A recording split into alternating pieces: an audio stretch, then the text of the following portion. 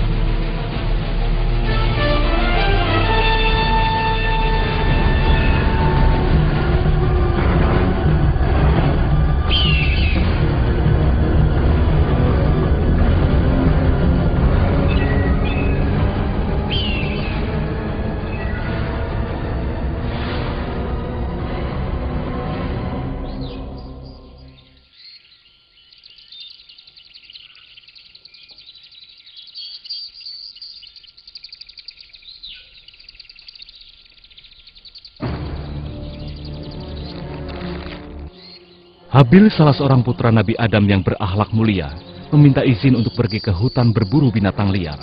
Adam tahu akan bahaya yang mungkin terjadi. Ia merasa takut akan keselamatan putranya.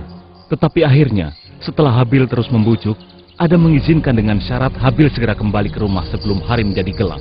Demikianlah, karena merasa gembira dengan pengalaman berburu pertamanya, Habil pun berangkat pagi-pagi sekali.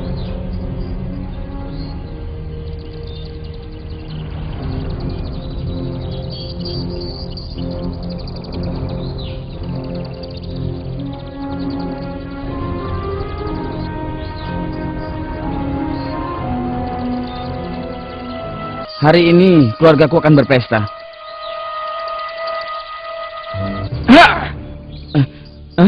Mana buruannya ya?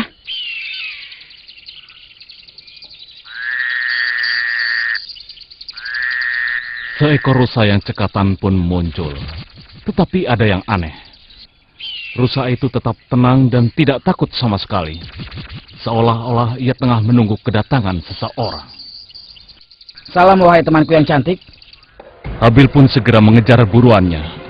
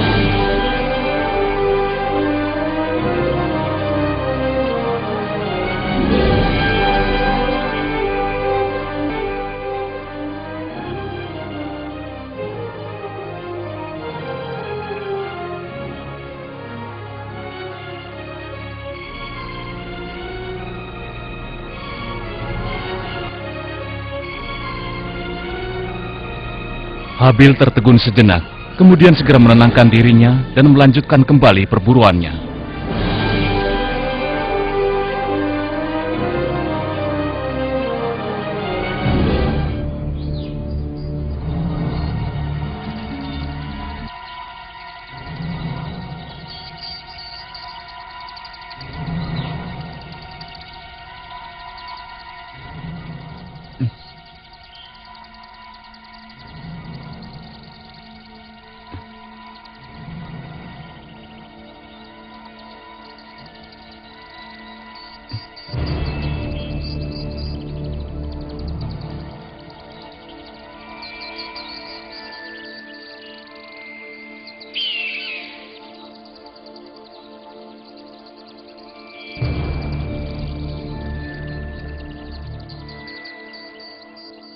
Dengan kehebatan dan keahlian seorang pemburu yang berpengalaman, Habil segera menemukan buruannya. Habil bisa merasakan jantungnya berdebar semakin cepat dan tangannya mulai bergetar. Dia bisa merasakan ketakutan rusa tersebut ketika ia semakin mendekat. Walau begitu, ini adalah perburuan pertamanya. Dan ia ragu apakah ia memiliki keberanian untuk memukul mati hewan secantik itu. Habil terus memburu. Dan rusa itu dengan ketakutan mundur menjauhi Habil.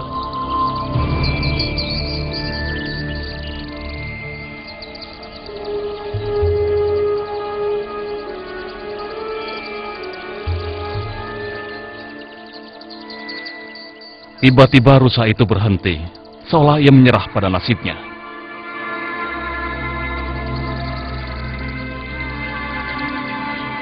Habil sudah benar-benar siap untuk menyerang. Namun dia kembali tertegun ketika melihat anak rusa itu muncul. Sambil menarik nafas panjang, Habil bersyukur karena ia tidak membunuh rusa itu ketika anaknya berada di sisinya. Dia merasa tidak tega untuk membunuh rusa itu. Aku hampir membunuhmu. Ternyata kau punya anak. Aku senang tidak jadi melemparkan tombakku.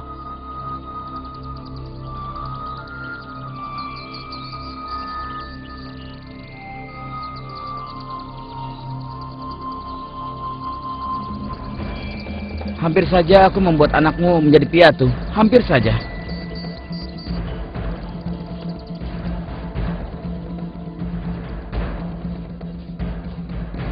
Hah? Habil bingung sehingga tidak mendengar sekawanan rusa muncul di belakangnya. Dengan serta-merta, Habil merasa bahwa ia harus menyelamatkan diri. Dan Habil terus berlari untuk menghindar dari serbuan rusa-rusa itu.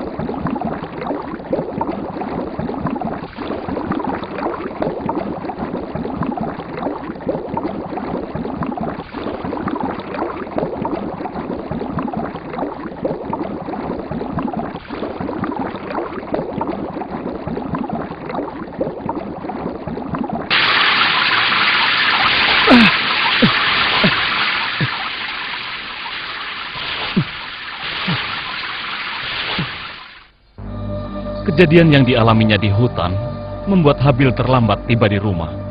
Sehingga begitu ia sampai di rumah, hari sudah gelap. Nabi Adam yang tengah menunggu kedatangan Habil tentu saja sangat mengkhawatirkan keselamatan putranya yang sampai saat ini belum kembali.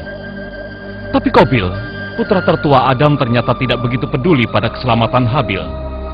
Ia malah berharap bahwa Habil tidak akan berhasil dalam berburu. Qabil yakin bahwa ia lebih baik dalam berburu dibandingkan dengan Habil saudaranya. Karena adanya kedengkian dan kebencian dalam hatinya, ia sangat berharap Habil gagal.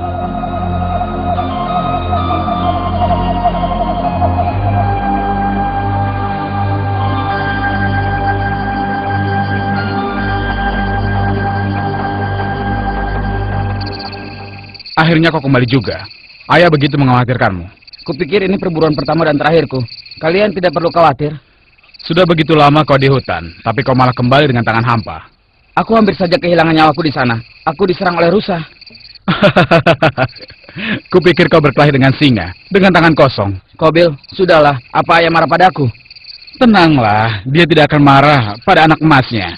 Dia hanya akan marah jika aku yang melakukan hal seperti itu. Apa maksudmu? Kenapa ayah harus marah padamu dan tidak padaku? Memangnya kenapa? Karena kau adalah anak sayangannya, anak baik, begitu kan? Kamu tidak pernah berbuat salah. Kamu ini adalah buah hatinya. Qabil saudaraku, itu tidak benar, Qabil. Ayah mencintai kita berdua. Dia akan sedih mendengar hal itu. Aku juga mencintainya. Tapi seperti biasanya, kau akan mendapatkan apa yang kau inginkan. Kau pikir aku tidak lihat? Beda sekali ayah memperlakukanmu. Aku tidak percaya kau berkata seperti ini. Apa maksudmu membeda-bedakan? Dia memperlakukan kita benar-benar sama. 2 hari yang lalu, aku memohon untuk berburu, tapi tidak diizinkan. Malah kau yang diizinkan. Jadi berhentilah berpura-pura, seolah kau tidak paham apa yang kukatakan. Tapi waktu itu sedang ada banjir besar. Semua persediaan makanan kita habis. Kita akan mati kelaparan jika tidak bekerja keras mengisi persediaan makanan. Itulah alasanku untuk pergi berburu. Aku hanya ingin membantu, tapi karena dia membenciku, dia tidak mengizinkanku. Itu tidak adil. Ayah mengkhawatirkanmu. Ia sayang padamu. Aku juga sayang padanya, tapi ia akan lebih memperhatikanku jika kau tidak merusaknya. Kau tidak serius dengan ucapanmu itu, kan?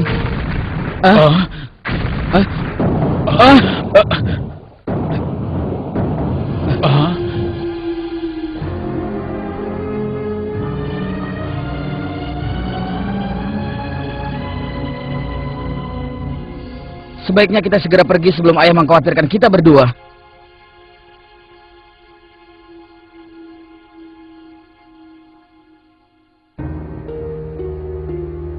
Nabi Adam adalah seorang ayah yang penuh kasih, yang mencintai kedua anaknya. Tetapi ia tahu bahwa dalam hati Qabil berkobar rasa iri yang dipicu oleh bisikan setan yang membuatnya menjadi jahat. Adam mencoba melunakkan hatinya dengan memberinya pekerjaan menanam gandum. Dengan harapan cara itu akan membuat pribadinya yang kasar menjadi lembut. Demikian pula untuk membantu Habil mempertahankan sifat sabarnya, Adam memberinya pekerjaan memelihara ternak. Tapi bisikan setan terus-menerus menghasut pikiran Qabil. Karena tidak mampu menolak pengaruh setan, Qabil sering mengikuti bisikan itu. Tapi tidak ada yang mengira bahwa setan akan menyesatkannya begitu jauh. Qabil, sekeras apapun usaha untuk menjadi anak baik, tetap saja yang akan lebih mencintai Habil daripada dirimu. Kau harus melupakannya sebagai saudaramu, atau seluruh keluargamu akan memusuhimu.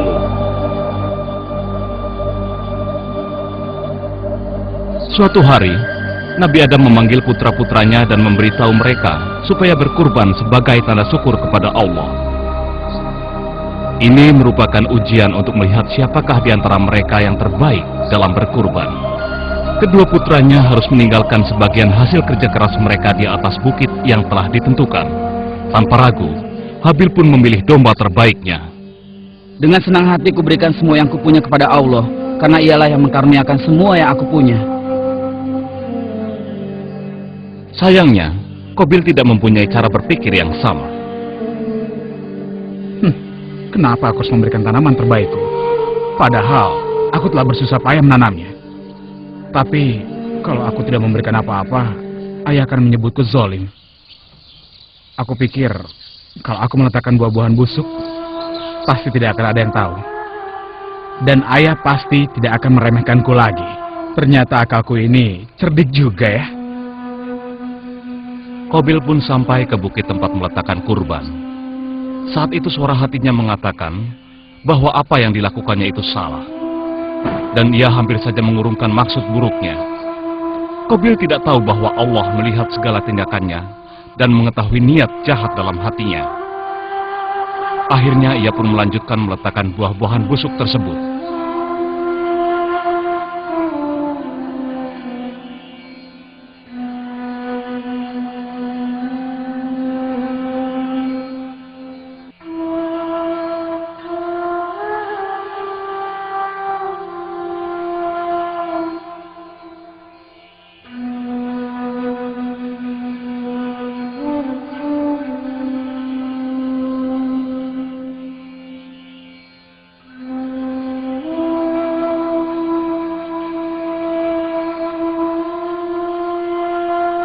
Ya Allah, terimalah kurbanku ini, maafkanlah kesalahanku, dan tunjukilah ibuku, ayahku, dan saudaraku ke jalan yang benar. Beberapa saat kemudian, Nabi Adam memberitahu anak-anaknya bahwa Allah telah menerima kurban Habil dan tidak menerima kurban Qabil. Akibatnya Qabil merasa bahwa ia telah diperlakukan tidak adil. Nabi Adam menjelaskan padanya bahwa tindakannya selalu dilihat oleh Allah yang maha melihat dan maha mendengar setiap gerakan yang kita lakukan. Tidak ada yang bisa kita rahasiakan darinya. Meskipun kecewa pada dirinya sendiri, perasaan bersalah Qabil segera digantikan oleh hasutan setan kepadanya. Lihat kanan, Habil yang ini lagi. Sekarang jika ada orang yang menyingkirkannya, siapa yang tahu? Kamu tahu kan bahwa kau bisa melakukannya diam-diam dan tidak akan ada yang menyalahkannya. Singkirkan dia, atau kau akan menyesal seumur hidupmu. Iya, aku akan melakukannya. Aku akan membunuh Habil.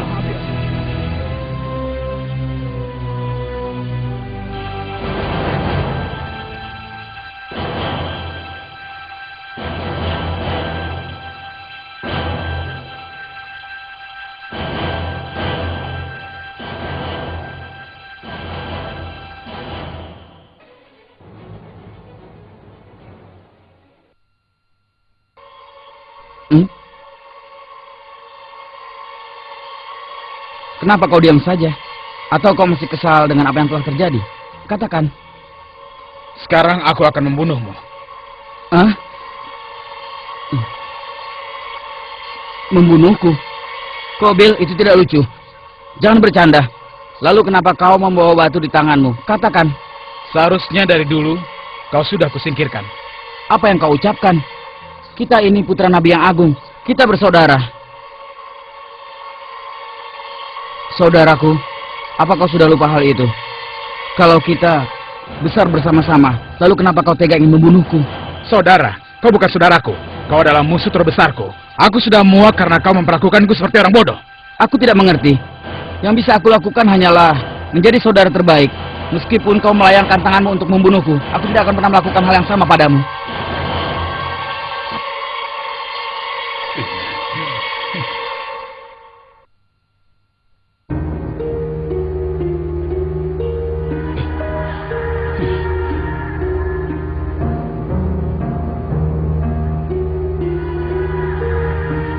Sial!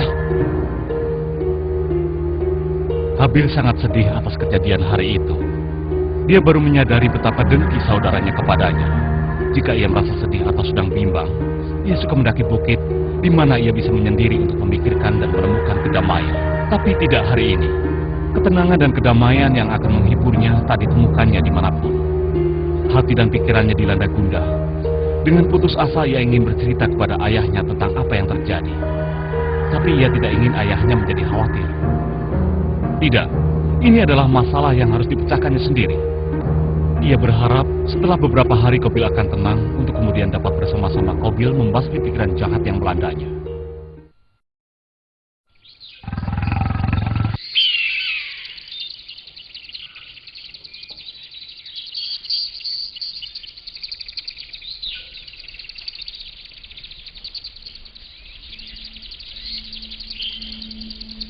Kau mendengar sesuatu, Qabil?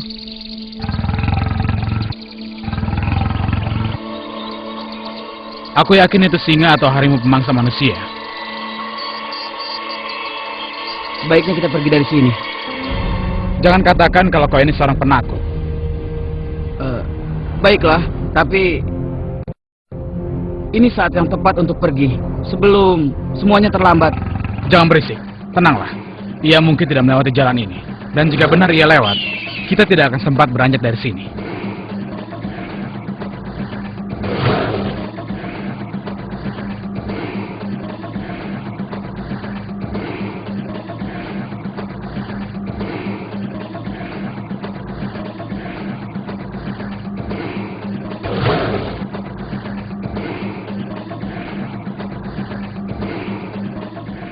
Sekarang kurasa kita harus pergi ke tempat yang lebih tinggi sebelum binatang itu menerkam kita. Jangan manja, Habil. Apa kau ingin mendatangi singa pemakan manusia?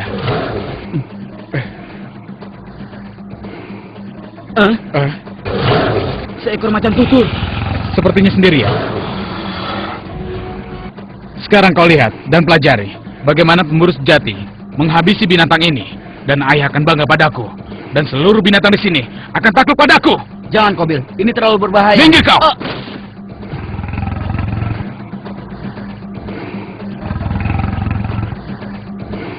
Jadi kau berani mengikutiku?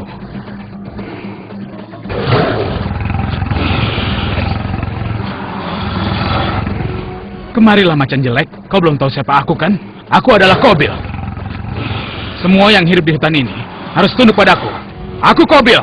Akan kubuat kalung dari gigi-gigimu yang tajam. Dan akan kubuat baju dari kulitmu yang belang.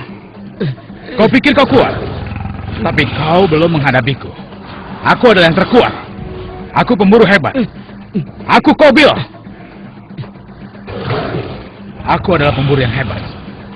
Prajurit yang hebat yang akan segera menghabisi nyawamu, macan jelek. Ayo maju. Akan kubuat kau tidak berdaya. Aku pemburu yang hebat. Majulah kau, macan jelek. Habil. Habil, tolong aku. Singkirkan macan ini. Aku tidak ingin mati, Habil. Tolong aku. Tolong aku, Habil. Habil, tolong aku. Tolong aku. Habil. Mati kau macan!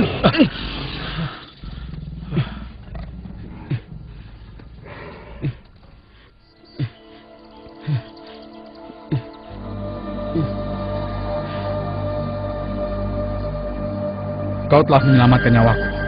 Suatu hari akan kubalas jasamu. Jangan bilang pada ayah. Baiklah, aku tidak akan mengatakannya.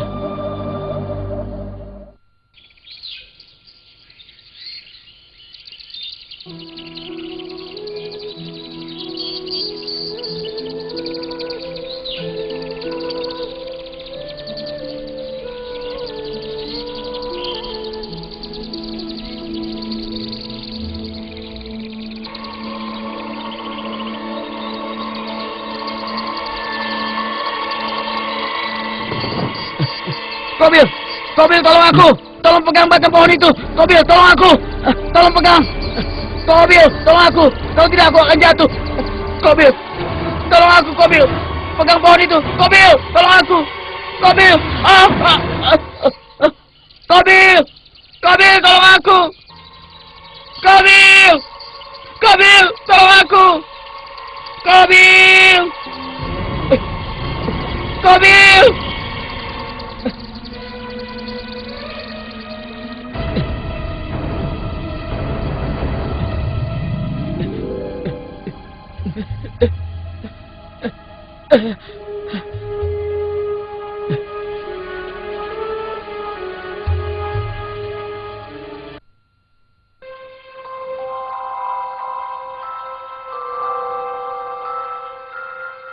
Qabil, kenapa tidak mau menolongku?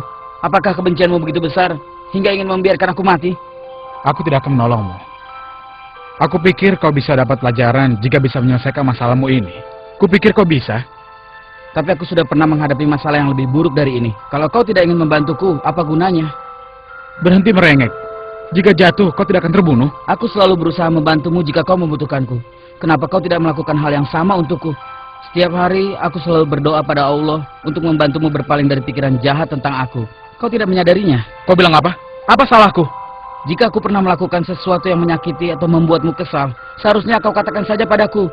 Beri aku kesempatan untuk memperbaiki kesalahanku. Aku ingat saat-saat bahagia kita, ketika kita masih sangat muda. Sekarang segalanya berubah. Kenapa? Apa sudah kau katakan pada ayah apa yang terjadi kemarin? Lupakan kemarin. Sekarang aku ingin membicarakan yang akan kita hadapi saat ini. Lupakanlah. Aku tidak percaya kau tidak mengatakannya. Karena itulah kesempatan terbesarmu untuk membuatnya mencintai dirimu sendiri. Membuatnya mencintai diriku. Kenapa kau bicara seperti itu? Ayah mencintai kita berdua.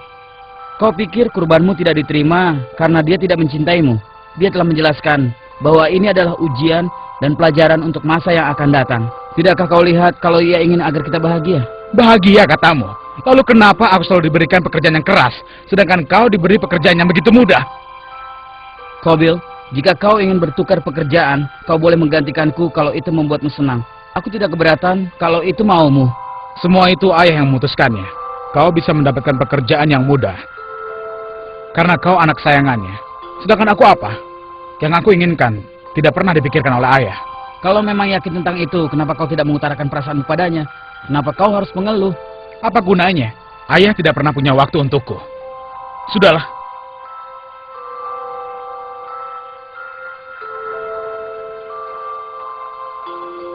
Yang paling ditakutkan Habil adalah kalau hati Qabil yang kelam hanya akan mencelakakan dan mengecewakan dirinya sendiri.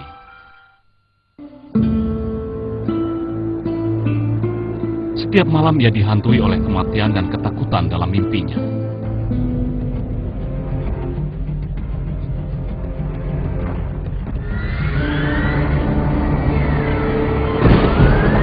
Qabil! Qabil! Apa kau bisa mendengarku?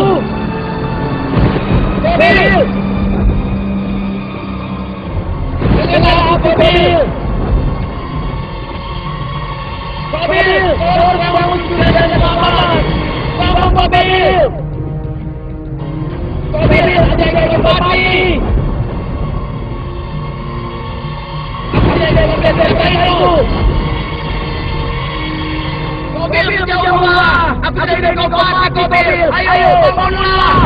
Bangunlah, Qabil! Dengarkan aku! Qabil! Bangunlah, Qabil!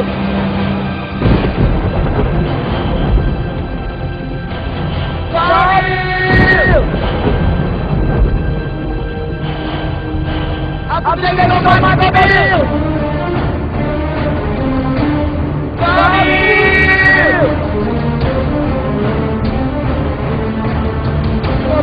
Qabil, bangunlah!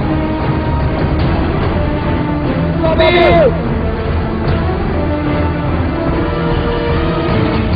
Qabil! Aku tidak kau kuat, Qabil! Ayo, bangunlah! Qabil! Qabil! Qabil! Qabil! Qabil!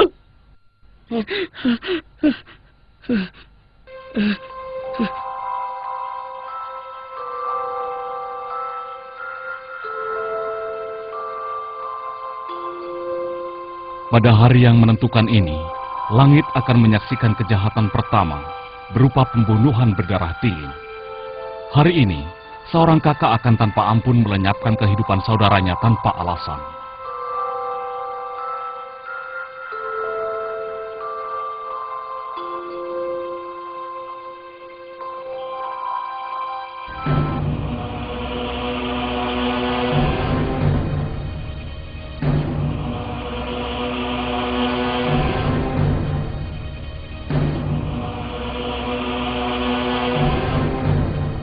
Aku yakin kau bisa menjauhkan dirimu dari bisikan jahat setan.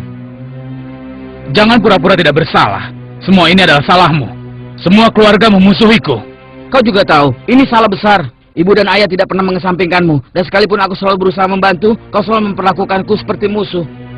Itu karena kau sudah menghasut semua orang, agar mereka berpikir bahwa kau ini orang suci. Padahal aku tahu kau adalah pembohong. Jika orang bisa melihatmu, kurbanku akan diterima.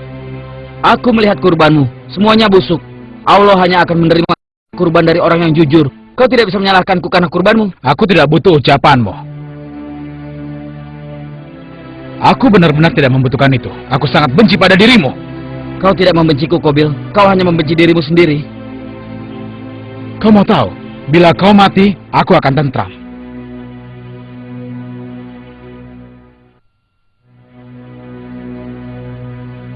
Kalau ingin membunuhku, lakukanlah. Tapi aku tidak akan melawanmu.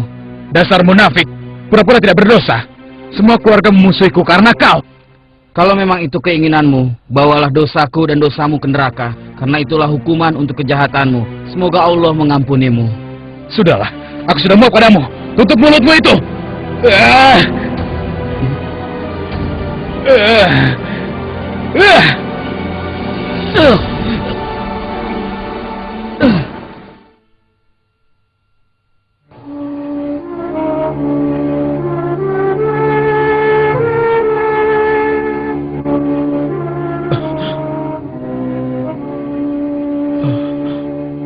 Ya Allah, apa yang sudah kulakukan?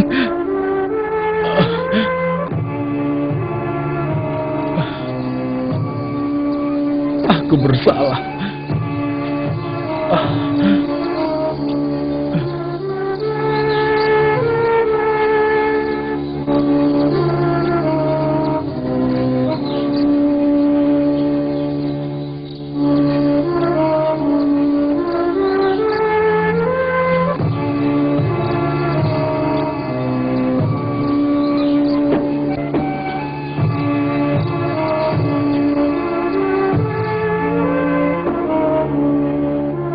penyebab rasa iri Qabil yang membabi buta telah pergi selamanya.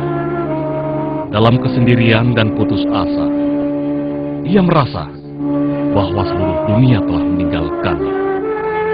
Habil yang hidup dalam kebenaran hanya mendoakan saudaranya dengan doa yang baik dan menjadi jiwa pertama yang terbunuh. Cahaya kebaikan telah tercermin dalam diri Habil, sedangkan gelapnya kejahatan ada dalam diri Qabil.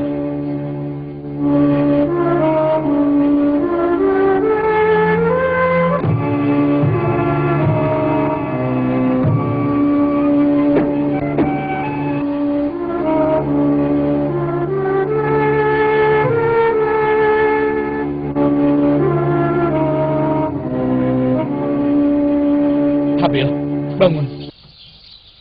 Habil, bangun Habil. Habil, dengarkan aku. Sudahlah, ya ampun. Apa yang kulakukan? Apa aku sudah membunuh adikku sendiri? Goncangan jiwa karena apa yang sudah dilakukannya mulai menghantui Qabil. Dalam takut dan kesendirian, ia menjadi putus asa ketika bayang-bayang wajah ayahnya mulai meresahkannya. Dia pun berencana untuk mencoba membuat kebohongan yang meyakinkan untuk diceritakan pada ayahnya. Ia bertanya pada dirinya sendiri tentang apa yang telah ia lakukan. Tapi tetap saja, ia merasa bahwa ialah yang benar dan saudaranya lah yang salah. Saat ini menyembunyikan mayat adiknya adalah hal terpenting baginya.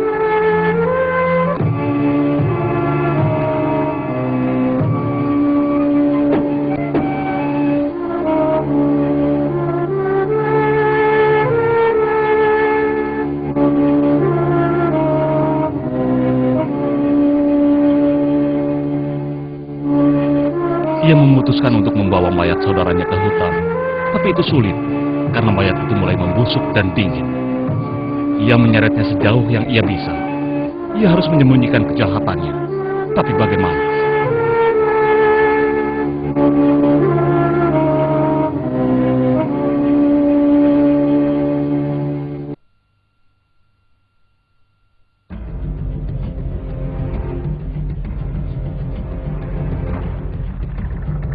Biasanya malam menyembunyikan keindahannya ketika telah menjelang.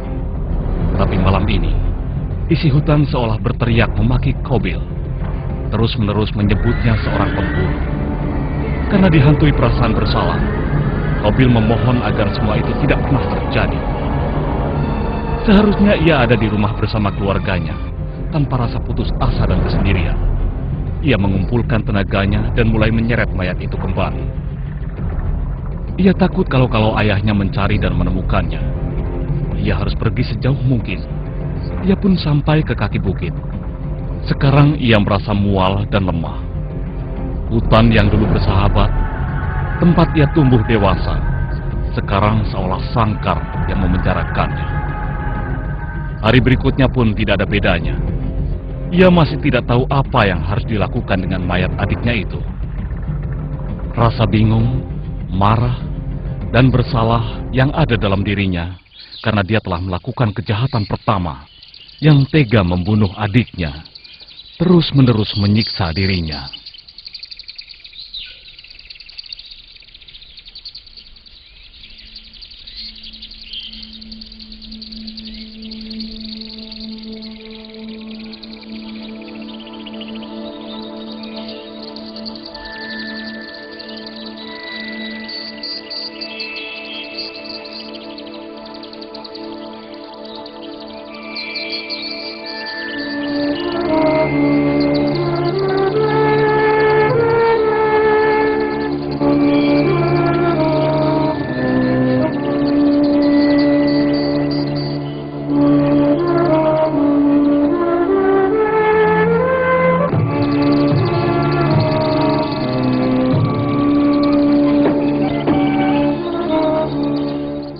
Ya Allah, betapa bodohnya aku, sehingga perlu seekor burung gagak untuk menunjukkan caranya. Qabil mengubur saudaranya di kaki bukit. Ia lega sekaligus sedih karena harus meninggalkan saudaranya sendiri. Ia tahu bahwa ia tidak akan pernah bisa pulang lagi dan telah kehilangan saudara maupun keluarganya. Jika ia kembali, penjelasan apa yang bisa diberikannya pada ayahnya? Ia harus pergi. Hanya itu cara yang masuk akal. Ia mencoba membenarkan apa yang telah terjadi. Mula-mula ia mengakui bahwa Habil adalah orang yang saleh. Tapi ia merasa bahwa Habil bersalah dan pantas mati. Ia meyakinkan dirinya bahwa ia telah cukup memperingatkan Habil, dan karena kesalahannya lah semua ini terjadi. Iya, Qabil yakin bahwa ia telah melakukan hal yang benar.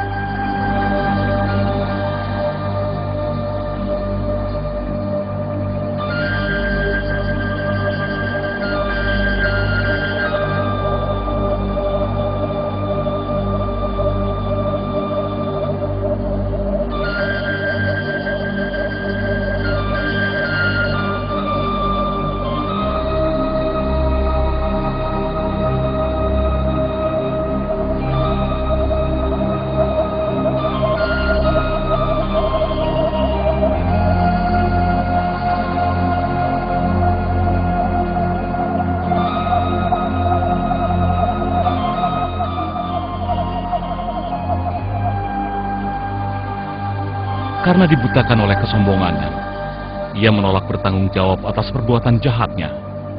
Qabil pergi jauh dari rumahnya, jauh dari kemungkinan ditemukan oleh ayahnya lagi.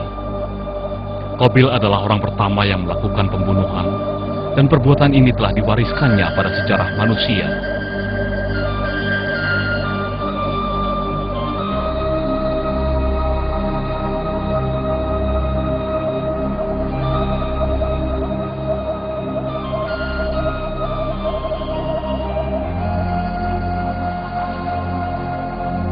Ratusan bahkan ribuan Qabil terus muncul sepanjang waktu.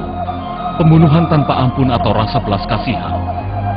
Qabil-Qabil telah menemukan senjata pemusnah massal yang tanpa pilih sasaran membunuh banyak pria, wanita, dan anak-anak yang tidak berdosa. Setiap orang yang melakukan, mereka merasa yakin telah melakukan hal yang benar dan sah. Mereka telah mewarisi sifat dan karakter dari Qabil. Ini adalah takdir umat manusia hingga hari pembalasan.